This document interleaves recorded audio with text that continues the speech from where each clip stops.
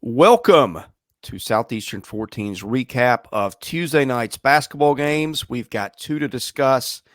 South Carolina's win over Kentucky, which we'll spend a lot of time on, and Texas A&M's defending of its home court in knocking off Missouri in a close game. Going to dive into those both and have some fun with it because, boys, the Southeastern 14 kiss of death was planted firmly on the cheek of John Calipari and the Wildcats. So we'll have some fun with that in a minute. South Carolina fans, if you're here to gloat, we'll let you do that. You can leave your gloating in the comments. Have at it, because you know what? We earned it. A reminder, our channel or this video is brought to you by BetOnline. NFL playoffs are here. The NBA season is in full swing. BetOnline has you covered with all the up-to-the-second odds, news, and scores. With additional odds, trends, lines, and info on desktop and mobile, you can access the world's best wagering information anytime. Head there today to get in on the action, see the updated odds. Remember to use your promo code BELIEVE to receive your 50% welcome bonus on your first deposit. BetOnline, where the game starts. Max Barr. I mean, the game started last night in Columbia at, I don't remember what, 5:30, 6 Central. Two of us are in Central, you're in Eastern. But did the game ever really get started? Because I feel like we clinched the outcome in South Carolina's favor like a good 36 hours before the game was ever played. And by doing that, we guaranteed them a victory. Yes, that's my point. Yeah, it was over before it started. I'm telling you right now, if I pick your team to win, run, sprint, just like how Blake sprinted to draft Jordan Wright, sprint to the other side if I pick your team.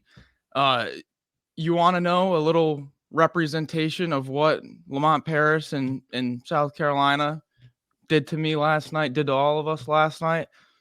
Look at this right here. The three sons of Lamont Paris and Meechie Johnson just embarrassed in prime time. What disrespect to the Gamecocks.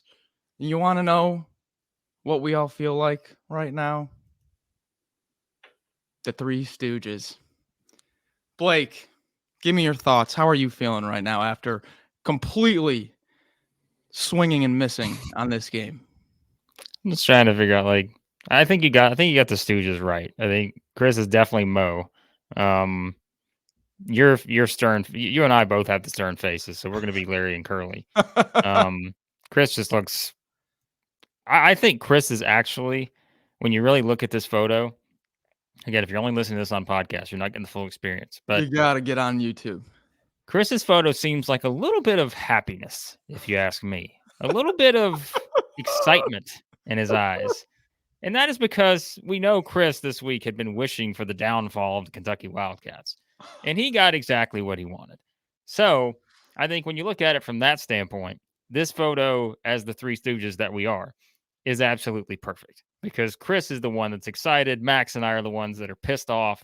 And it all comes around, right? Yeah, this was something where, again, Chris could not have made his point any better in a week like this. The timing could not have been any better for him to kind of set this up with Kentucky losing this game the way that they did. Because I know, we're going to, trust me, boy, I can't wait to hear those defensive efficiency numbers this morning. But let me just tell you right now, okay, that I didn't think was the exact reason that Kentucky lost this game. And I'm going to tell you why. I think Kentucky came out, and to me, this looked like what a team looks like when it plays at Tennessee. A team that goes in and cannot handle the physicality of the opposition. Because we say that a lot with Tennessee when teams play in Knoxville. Yep. This was the same thing here.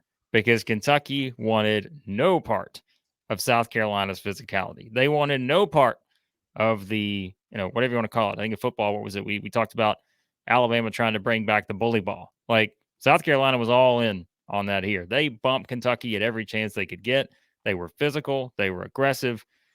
And Kentucky was not. And to me, that was the big difference in this game. Now, sure, there were defensive lapses, obvious ones, inbounds plays, those kind of things. South Carolina hit, what was it, 11 threes in this game. They went 11 of 24. Yep. I will say, in a little bit of defense of Kentucky, some of the shots South Carolina made were ridiculous, including the Meechie Johnson one that he shot from, the other end of the court, essentially. But, and I mean, something else too, right? Jacobi Wright. Or was it Jacobi Wright? Who am I thinking of? Yeah, Jacobi Wright. You started 4 for 4 from 3. Started 4 for 4. This Yep. guy shoots 27.5% on the season. And he comes out and goes 4 for 4 to start things off. So you just knew. And I texted you guys. I said, before even halftime, I said, South Carolina is 100% winning this game. You could see all the trends that were in South Carolina's favor early in this game. And to me, it never at any point felt like Kentucky was going to be able to match their physicality. Kentucky was not hitting shots. And let me just quickly point this out too. There is zero reason that Kentucky should only shoot 13 three-pointers in a game this season. There is no way. You have got to find a way to get more than 13 three-pointer shot, because this is a team that has excelled shooting the three-pointer. Again, give South Carolina a lot of credit for that, because it was them bumping them out. It was forcing them to not get the open shots. It was forcing them to kind of just, hey, they're all over us. We're going to put the ball down and we're going to try to just go. Didn't work out. But Cal, whoever, has got to find a way to run stuff to where they get more than 13 three-pointers in a 40-minute basketball game, because that has been their strength all season. It was never in play here. And when you combine everything together that I just said, the double whammy for Kentucky, South Carolina, just complete domination here of the Kentucky Wildcats. And so, Max, I will lean on my bold prediction of South Carolina making the NCAA tournament. I'm never picking against South Carolina again. I'm never picking a road team ever again in SEC play this season. That is the last stand for road teams for me. So, yeah, before I get into it, Chris, you kind of had the floor here with Kentucky this week. I want to throw it to you first. Do you have any sort of comment here for your resident Wildcats? Well, I do. And look, we're going to get to South Carolina in a minute, because to the victors go the spoils. And I think there's some things with the Gamecocks that deserve to be unpacked that we have not gotten to yet. So if you're watching this or listening to this and you're thinking, hey, where's the South Carolina talk? It's coming. There are projections, and there is what you are. And sometimes what you are is not what you wind up being. And with Kentucky, I've said it a million times, I could see the path to this team being much better and winning it all. But you get judged in the moment by what you are. Defense wasn't really their issue last night. I mean, it was some, but as Blake pointed out, you had some guys hitting some shots, or maybe it was you, Max, that don't normally hit them at the rate they hit them. That's just basketball. But the thing that has worried me, and you guys made fun of me for the Georgia game, for Kentucky allowing a lot of, but I mean, I've just seen this team play like it is young, going back to I think the first game of the season that they played, where, I mean, Kentucky looked like world beaters against Kansas. I feel like that keeps popping up. The defensive thing, you can say all you want to about it. You can say the stats are misleading, but they are what they are. No, look, my stance on teams is I start really paying attention to what a team is in mid-February.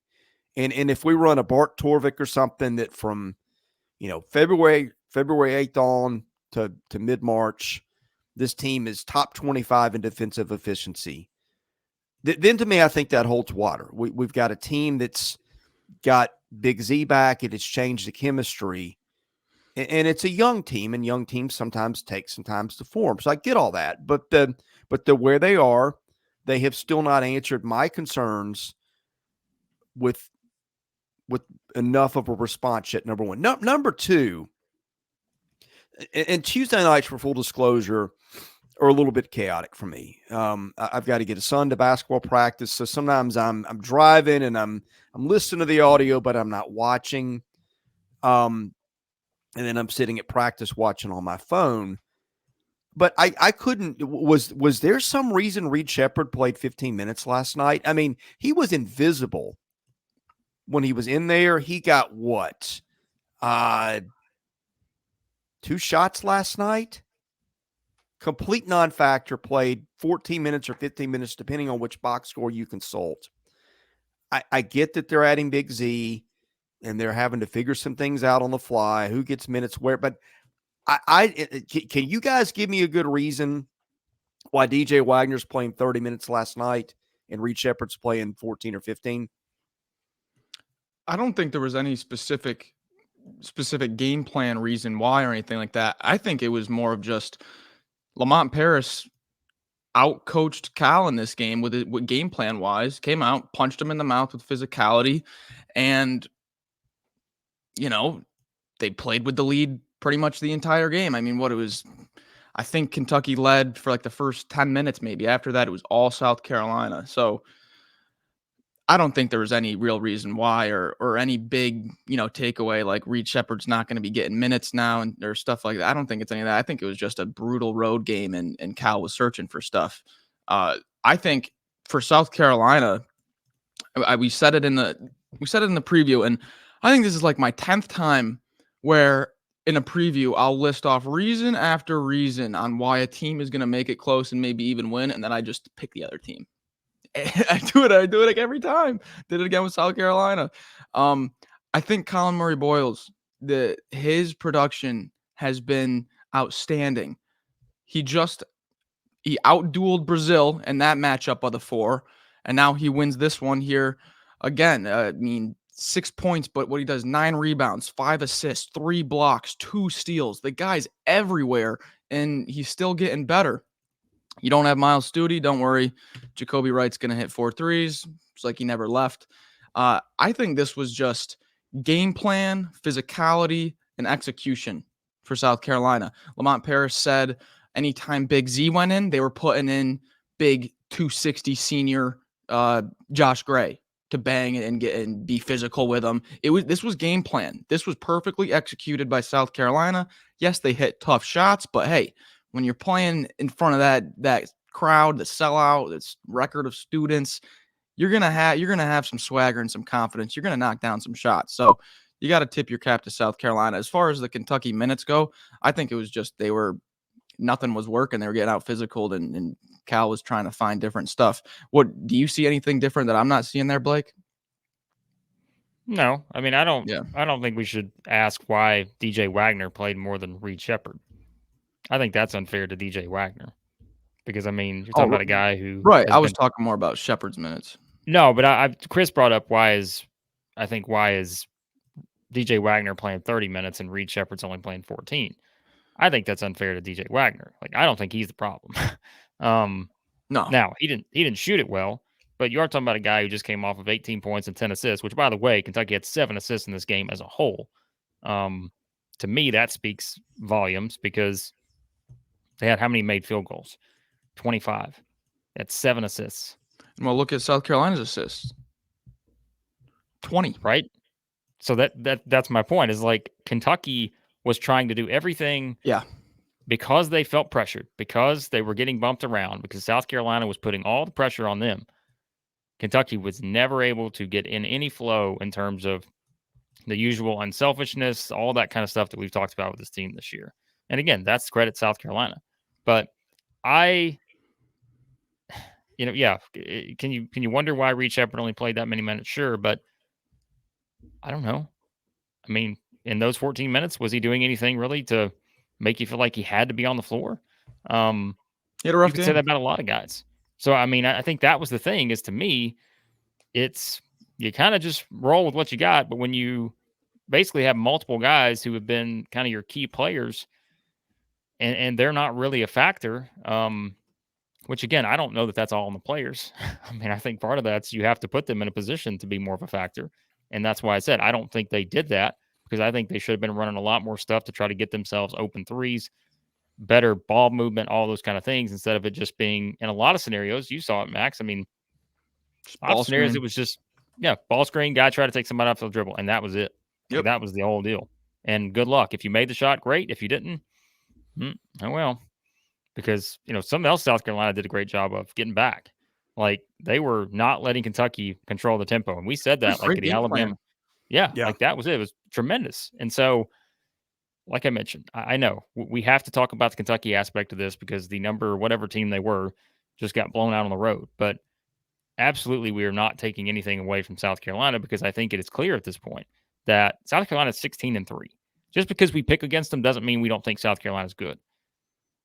But now I think it's very clear when you see how they game plan, when you see that they have guys stepping up in Miles Stude's absence, and when you see, we talk about it, but like if you see a Jacobi Wright step up and make 4 threes, is he going to do that every game? Maybe not, but he did it this game, and that's what matters. Like, Yep. he did it when they needed him to do it, and he did it in this game right here. Anytime Meechie Johnson's on the floor, you're in good shape, in my opinion, because we talked about it early in the season. I said, these guys just feel like gamers. I think that's what I said about the Big Four, like back in November, early December. They just feel like gamers, guys who just will step up, and they're older. Keep that in mind, too. Chris said it earlier. I think Kentucky's looked a lot older this season maybe than some people have, but this was the game where if you just walked up and said, who's the older team here? 100% you're going to pick South Carolina every single time because they played like it. They played like the older team. And Kentucky played like a young team that was not ready for, again, what I think it was just more about the physicality and the game planning. You said it, Max. I mean, I just don't think Kentucky had a good game plan to counter what South Carolina was doing to them. And that was clear to me the entire game. And it's like Kentucky never figured it out.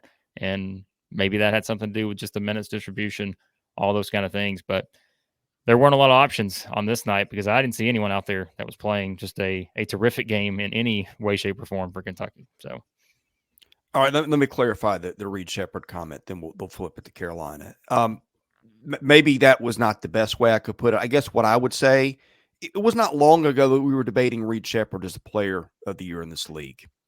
So maybe he didn't do much last night. I don't base my entire opinion on one game in which a guy got 15 minutes. I think his body of work has justified more things. My point was, if I'm going to give one guard 30 minutes and 115, all things being equal, Sheppard should be the guy, in my mind, that's out there for 30 minutes a night. I'm not taking minutes away from Reeves. So, again, not to pick on him. Sheppard, and maybe this is it. Wagner had 3 of Kentucky's 5 steals last night. Maybe there was something on the defensive end Calipari liked. Sheppard also looked off his game. I don't know if he got rattled by not being out there much, but he missed a layup that I think the 3 of us would have hit last night. So maybe it's just a case of not his night, and Cal saw something we didn't. But in the end, it just nothing much was working for anybody on the Kentucky side. Now, I think we all would have picked Kentucky to win this game anyway.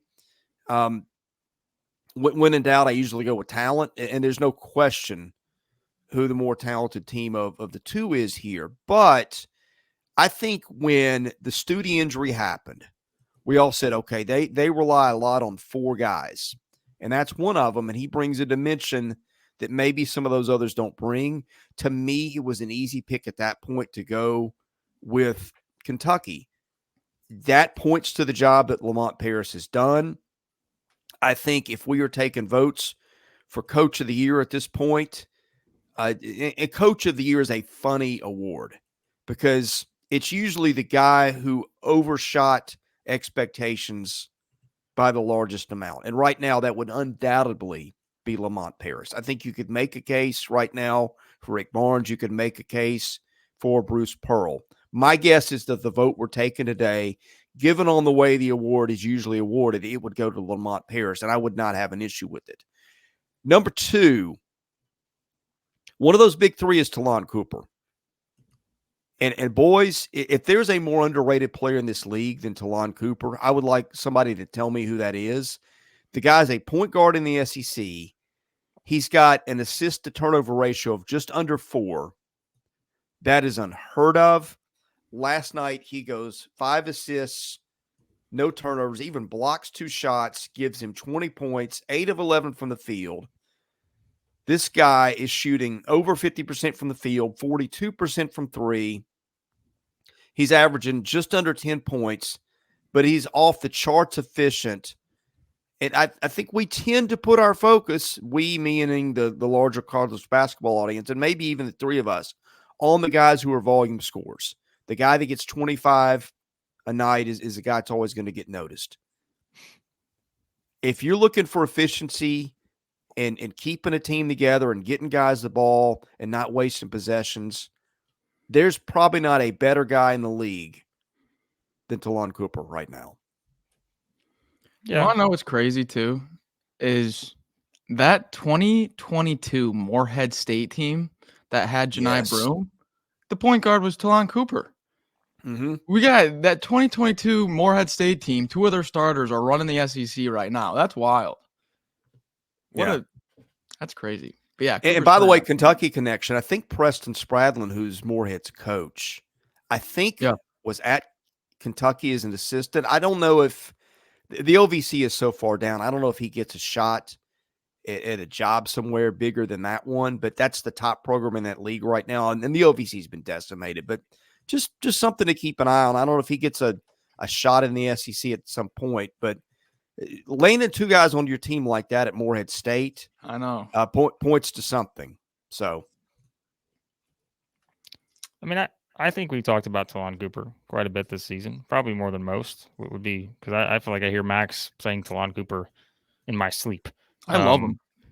Because, and I did the video on him in the summer when he signed. I'm like, hey, this is kind of one of those underrated additions because when you think about it, this was kind of what South Carolina needed to pair with Meechie Johnson with someone like this. And yeah, I mean, he's been rock solid. He's like a middle linebacker out there. That's the thing too, is right. And I think that's South Carolina's identity is like, they are just, I mean, look, it's worked for Tennessee, right? I know different teams, but Tennessee has found their identity the past several seasons. It's we're going to make you not want to play us. Like that's kind of the motto. Like you are not going to want to play us because of how we play. And I think again, the physicality and just I mean, South Carolina's not afraid of contact. They're not afraid of those kind of things. And to me, it was kind of the opposite here when you looked on the other side, where it was one team was the aggressor and that team was South Carolina. And, it was the guard play. It was everywhere. I mean, they were the aggressor. And it started with Cooper, Johnson. And by the way, too, I'm going to say this. We went into it. I think we said this in the preview, but I said, listen, one of the reasons you could, and why I thought this could be a tricky game for Kentucky, of course I picked Kentucky, but why I thought this could be a tricky game is because I said, hey, this isn't South Carolina of last year or the year before, whatever, where there's, 500 people in the stands. Like, there's going to be a lot of people there. Like, they are winning now. There is a momentum from a fan support standpoint, and it is going to impact the game. And it absolutely did right from the tip. Like, it was one where it, and I said every time Kentucky plays anywhere on the road, it is a Super Bowl type situation. But like, this was South Carolina, they brought it. And that's the thing is when you start winning, when you start doing what Lamont Paris has done and rebuilding this program, the fans are in now. Like, they're bought in. And now you have a home court advantage that you have not had in quite a while. And especially after winning this game, right? So, yeah, I mean, they got Tennessee at home later in the year. And, they go to Tennessee next week on Tuesday. That's an interesting game. But so, yeah, I mean, all credit to South Carolina here for all the things we said that Kentucky did not do right. Some of them were Kentucky's, own doing, but I think a lot of them were what South Carolina came in to do, and Kentucky could not figure out how to adjust to it. And that's good game planning, good coaching, and South Carolina had all that on Tuesday night. Yeah, last thing on South Carolina. This is probably one of the programs that is believed to have one of the lower 2 or 3 ceilings in the league.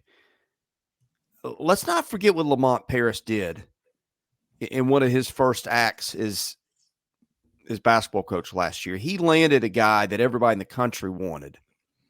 As soon as he got to Carolina a year ago on the recruiting trail. That's the thing. It's not just the fact that he's coached them well. If you can land guys like that, Blake, feels like maybe there's a higher ceiling for this program than maybe we've seen in a while. I think you can make that case for a lot of programs just because I think the transfer portal and NIL has changed the ceiling for SEC teams. I think you can yes, like I think it's much more possible now to put together and get the opportunities to build a roster that is capable of basically doing what they've done this season. And I think that's good. That's good for a lot of SEC teams. Now it's not happening everywhere, but I think for a team like South Carolina, again, Lamont Paris went out knowing that maybe he's not going to get, the top transfer in every ranking system and all that, but he's going to find the guys that fit how they need to play to be successful. And you guys said earlier, like they have crafted an identity, and you have to do that as a team. Like you have to know what your identity is, and they've executed it to this point. Because I mean, really, you could look in every statistical area and see that they are improved essentially everywhere this season. Like going back to last year, they've improved everywhere, and that is developing the players that you have. That's getting the players in there that fit how you want to play, and yeah, they've done all that. So, again, guys, just because we pick against teams, we do our predictions for fun, but like, I think all of us, at least for a while now, even after that loss at Alabama, we're like, hey, they went on the road, won an overtime game at Missouri. They go on the road, they beat Arkansas, just took it to Arkansas. There's no reason not to now look at South Carolina, even before the Kentucky game, and feel like they had a chance here. It was a tricky spot. Max said it. The computers had this as a 3-point game or something. Mm. There's a reason for that, right? Because these computers, they are flawless. And so when you look at it from that standpoint, I'm just kidding. But yeah, props to South Carolina. A huge win. They come back home to play Missouri on Saturday. Another very winnable game. Kentucky back to the drawing board for the Cats. And the Monstars, by the way. Oh, the Monstars got to go back to the drawing board too. We'll recap real quick at the end of the video, a little fantasy update. Ooh. By the way, computers had the final line on that around 3 points. And the recruit I was talking about last year was G.G. Jackson, of course. So, all right, moving on. Gentlemen. First of all, apologies to these two fan bases. Let me just tell you, we're not spending 25 minutes on this game. I'm sorry. I'm just going to say that up front. So nothing against Texas A&M. Oh, Missouri, yes, we are. We're not getting 25 minutes on this one. Texas A&M shoots 28.8% from the floor. Shocker. Still beats Missouri 63-57 because possessions. That's always what it is. A&M wins the rebounding battle +6 turnovers. Missouri had 15. Texas A&M had 9. Hey, you give a team 3 or 4 chances on a possession, and Texas A&M will eventually put it in the basket and lather, rinse, repeat, guys. Well, also, if the other team shoots 37 free throws, you're in trouble. That too. When you only shoot 10 and the other shoots 37, you're in rough shape. The thing was, right, good coaches will, I think, always tell you, it's like you want to make more free throws than the other team shoots. Missouri shot 10 free throws. Texas A&M made 27 free throws. Now, I know some of those come late in the game, right, as it's whatever. But still, I mean, it's a stat, and it's interesting to look at. But, yeah, I mean, look, it's very clear at this point. Dribble, dribble, dribble. Pass, shoot, but actually skip the shooting part and just throw. Throw it off the backboard. Throw. And then just let all these guys go get the rebound. All you got to do for Texas A&M. You don't need good shots at this point. You just need shots, period. Just put up shots. Like, don't even worry about getting good ones because you're going to get the offensive rebound. So, and we said it, Max, right? Like, we came to this game, we said that this is the clear advantage for Texas A&M. Mm-hmm. Potential second chance opportunities, the rebounding edge on Missouri. Once again, Missouri is just a team offensively that just does not have anywhere close to what they had last year. I mean, they had 15 points with 2 minutes left in the first half. And so, talk about a weird, talk about going from watching South Carolina, Kentucky to watching portions of this game. I mean, Missouri's up 13-4 with 14 minutes left. So 6 minutes into the game, Missouri's up 13-4. But then remember what I just said. Missouri is up 13-4 with 14 minutes left in the first half. Missouri has 15 points with 2 minutes left in the first half. They scored 2 points in 12 minutes. When was the last time? Go ahead. I'm sorry, Blake. No, go ahead. Well, I was just going to, when was the last time you saw two teams play more zone in an SEC game combined than that one? That was just kind of weird to watch. Well, both teams can't shoot. Well, I'd play his own every second. I'm not saying I don't understand why. I'm just saying that's Right. kind of a state of things. Also, Missouri had four guys with 4 fouls. I know that 5. Carter. Yeah. Oh, excuse me, 5. Carter and Bates both got theirs pretty early in the second. I would say Bates got his 4th with 17 minutes left, something along those lines. And Bates has been the guy that's kind of carried them lately, scoring wise. I thought credit to Missouri for hanging this close. Now I got some continued concerns about A&M. I didn't come out of this game feeling any better about that team. Probably a little worse than I did coming in, based on all that. But credit Missouri. I mean, here's the team that had everything going against it, and that still was a game that could have gone. Yeah, Missouri still had a chance in the last minute or two. I think Texas A&M is severely addicted to putting themselves in a double-digit hole within the first 5 minutes of the game. This is like every game now they do it. It's just on cue. You turn on the A&M game, you missed the first 5 minutes. Don't worry, they'll be down double digits, and then they'll claw back and make it close by halftime. It's just rinse and repeat now. I can't even believe how consistent they are with their slow starts. If we were that consistent with, well, we are that consistent right now with getting picks wrong. But I mean, yeah, there's a little contrast. Reminder. Yeah, there we go. Little reminder. That's us and Texas A&M in the first 5 minutes of the game. I didn't get the offensive performance that I was looking for from my fantasy duo, but Wade Taylor did do what Wade Taylor does, 6 of 6 from the free throw line.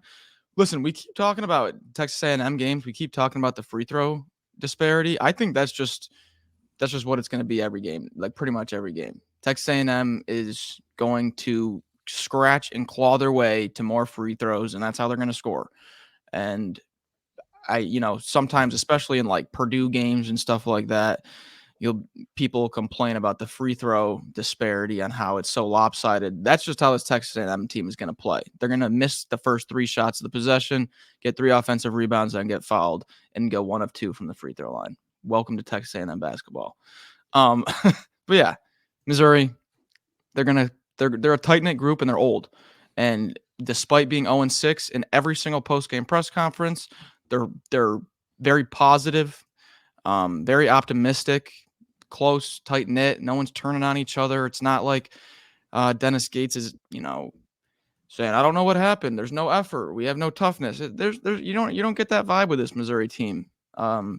So yeah, you would like to pick up a win here, but a lot of them have been close losses, OT loss, stuff like that. So a little bit of a tough result for Mizzou after going up double digits, but A&M, they're not going to lose many at home this year with the rate that they're offensive rebounding. Well, let me just tell you. A&M scored 21 points off of 15 turnovers from Missouri, okay? A&M scored 27 points at the free throw line. So if you combine those together. There you go. And essentially, but what I'm saying is, how many points did A&M score just on basic get the ball and go run your offense? I think it's like 15 or something. All right? Yeah. So, without the turnover added in on the other side, which matters, and they can still run their offense through a turnover. I realize I'm going to the extreme here, but my point is kind of what Max said. This is a team that's got to get the free throw line. Yeah. And they did that here, and that's just the way they play. They've always, seemingly feels like, played that way over the past couple of years, and it's really not changed all that much. It's just that they're just a worse shooting team this year than they have been, and so they're going to have to figure out a way to keep that edge. But like I said, here they are. They're 3-3 in the SEC now, and they're one of the worst shooting teams in the country, period, but they're 3-3 in the SEC. They're not turning the ball over. They're rebounding it well. It's not going to be pretty, I think, the rest of the way for Texas A&M, but they're going to win games. And that's the difference between A&M and a Missouri team right now, that it's not pretty and they're just not winning games.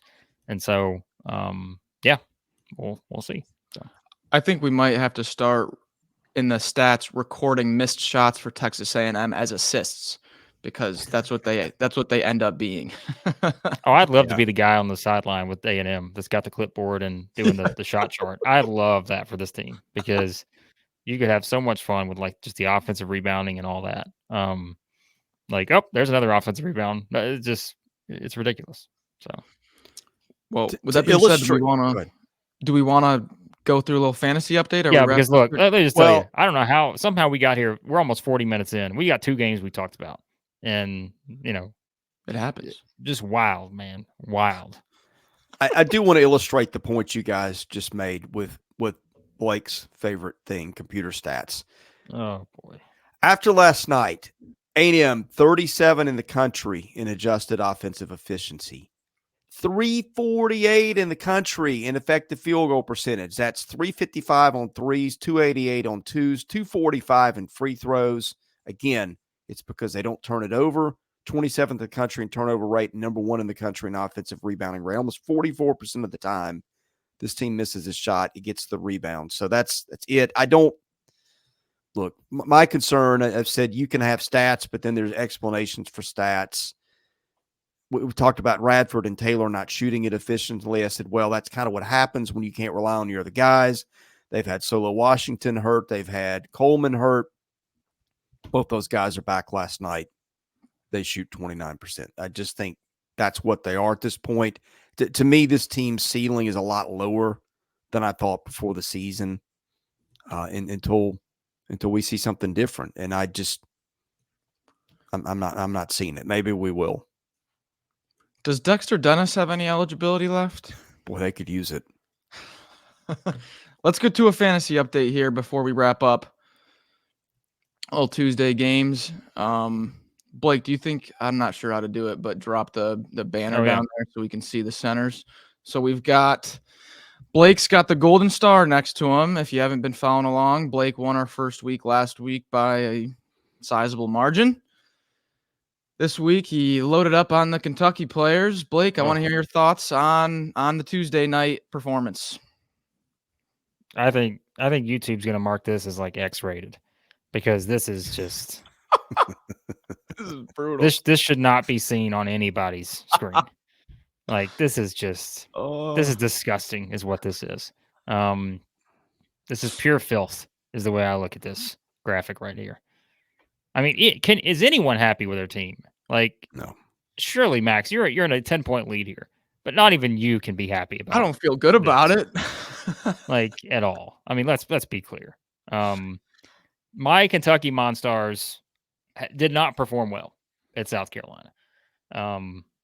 I am confident that they will bounce back, but they got to play at Arkansas on Saturday, game day. I was texting these guys. We got a group chat. I was texting the guys. I think it was like the first 5 minutes. I think BJ Mack was 0 for 4, 0 for 5, like with a turnover. So he was at like -6 in the first 5 minutes. I was like, oh boy, here we go again. But he made a few threes and actually stuffed the stat sheet a little bit to put up double digits. Chris, Free Big Z is all I got to say. Free Chris, Reed Shepherd. Good how are we grief. feeling over there? Horrible. Do you guys realize we could all get beat by a 9-year-old? This is kind of the off the radar story.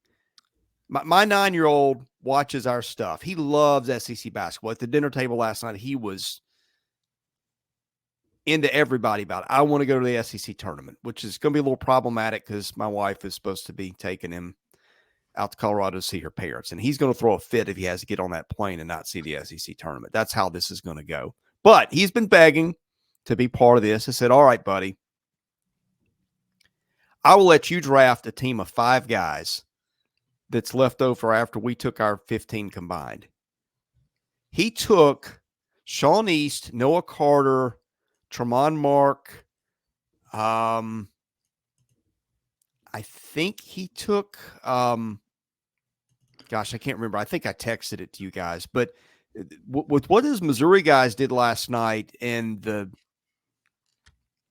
utter failure of the 3 of us, I got his lineup. It is very distinctly possible that he could get beat. We could all get beat by a 9-year-old. He's got Sean East and Juju Murray. And then Juju Murray. he's got Tyrese Samuel, Noah Carter, and Tremont Tremont Mark. Mark. Yeah. There you go. So there you go. There you have it.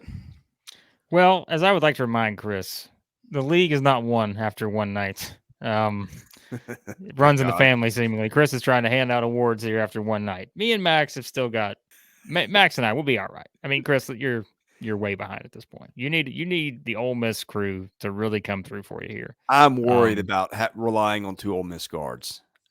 I mean, they put up numbers this season, but boy, that went sideways last weekend. Of course, it was also Auburn. I mean, so you have Janai Broom. I think your team is actually I think you got a really good shot to make a big comeback here. I'm a big fan of Matthew Morrell, Alan Flanagan, Cam Matthews, and Janai Broom. So you're just trying to jinx me, aren't you? Yeah, I think all those guys are going to have career games this week. Mm-hmm. All right. Chris, I got one question to ask you before we wrap up. Would you put Kentucky on Auburn and Tennessee's level? Well, Blake, if I did before last night, I'm certainly not after last night. Well, that's interesting. That's a real interesting response. I think our audience Guys, might Chris, have differed. Chris was texting us all night. I mean, we probably got 82 texts from Chris just saying, man, I told you guys about Kentucky. I mean, this guy was texting us nonstop about how wrong we were about Kentucky. So we'll see. Max, you see how easily this guy lies. Max is not denying it. I'm not saying nothing. No comment from Max Barr. All right, we done? One more thing. Lamont Paris, you are our fathers. Oh, yeah, let's Hello, Dad. Lamont He Paris. tried to tell us. I was in the room. He tried to tell us. Meechie Johnson, look at that photo. He's just looking at us like, you bunch of stooges. You idiots. You should have known better. Look at Lamont Paris with his arm around me saying it's going to be all good right, there, buddy. though. I've got Smile to say. through the pain. Better We're than all we well look in real dressed life. as young kids. We are all well dressed right there. We do look sharp. We're doing a great job. So congrats to the Gamecocks. What a season. I say congrats to the Gamecocks. Congrats to the Gamecocks. I'm not picking against them the rest of the year. Clip that, Max. I will. All right. We talked for 44 minutes about 2 games because that's what we do here. What are we doing? Let's do another 40. We can't help ourselves. Football, baseball, basketball, that's what we're here for. SEC, that's what we do. If you like it, hit the like button. Hit the subscribe button, too. That costs you nothing. It's just like a follow, but it helps us out. For Max Barr and Blake Lovell, this is Chris Lee. We are Southeastern 14, presented by BetOnline.